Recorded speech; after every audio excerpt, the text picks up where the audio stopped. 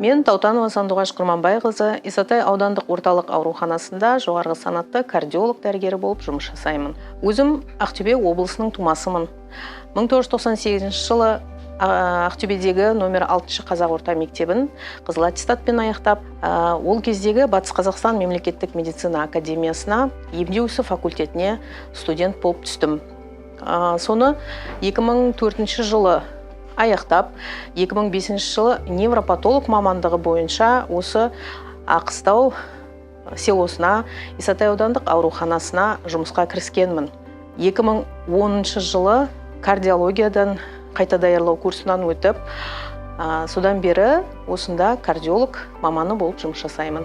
Дәрігер болу менің бала күнімнен бергі арманым, және де өзімнің атамның айтып кеткен өсиеті еді. Сондықтан дәрігер болып аялы алақаныммен науқастарға шипалы ем көрсету мен үшін үлкен бір мәртебе болды.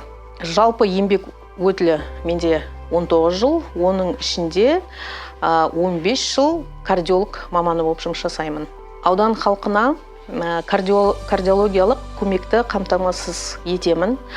Оның ішінде диспансерлық бақылауда тұратын науқастарға, скринингтік тексеруден өтетін науқастарға, жалпы шағыммен келетін науқастарға қабылдау жүргіземін. Электрокардиограммасын расшифровка жасау, толық диагноз қою, сосын әртүрлі дәрежедегі асқынулары бар науқастар, мысалы инфаркт алған науқастарға, созылмалы және жедел жүрек жетіспеушілігі бар науқастарға жедел көмек көрсету біздің қызметіміз.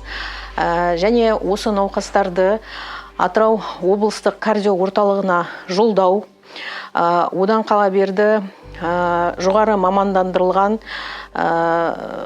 ұлттық ғылыми біздің кардио орталықтарға квота дайындап, науқастарымызды сол орталықтарға емдеуге жібереміз.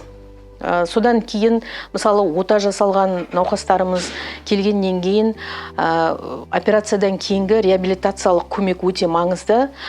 Сол көмекті біз толық қанды жүзеге асырамыз.